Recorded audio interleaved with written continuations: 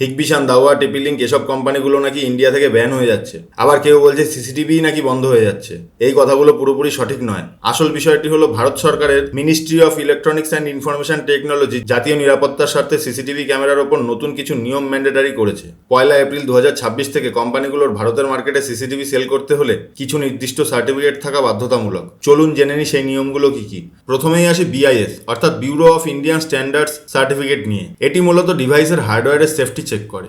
আপনার ক্যামেরাটি দীর্ঘ সময় চলার ফলে অতিরিক্ত উত্তপ্ত হয়ে যাতে আগুন না লাগে বা শর্ট সার্কিট না হয় সেই গ্যারান্টি দেয় এই সার্টিফিকেট। দ্বিতীয় হলো এসেনশিয়াল রিকোয়ারমেন্টস। সরকারের নতুন নিয়ম, এখন থেকে কোনো ক্যামেরায় অ্যাডমিন 1 2 3 4 5 মতো পাতি পাসওয়ার্ড রাখা যাবে না। প্রতিটা ক্যামেরার জন্য আলাদা আলাদা স্ট্রং পাসওয়ার্ড রাখতে হবে। তারপর আসি এসটিকিউসিতে, standardization, testing and quality certification.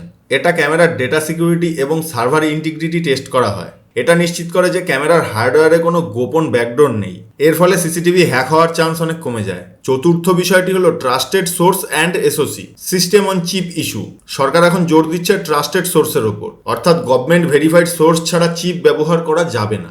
যেমন সিসিটিভির জগতে নাম করা চিপ কোম্পানি হাইসিলিকনের চিপ এখন আর ব্যবহার করা যাবে না, কারণ এই ধরনের চিপগুলোর ভেতরের হার্ডওয়্যারে মালওয়্যার থাকার ঝুঁকি বেশি, যা আপনার পুরো নেটওয়ার্কের সিকিউরিটি হ্যাক করতে পারে।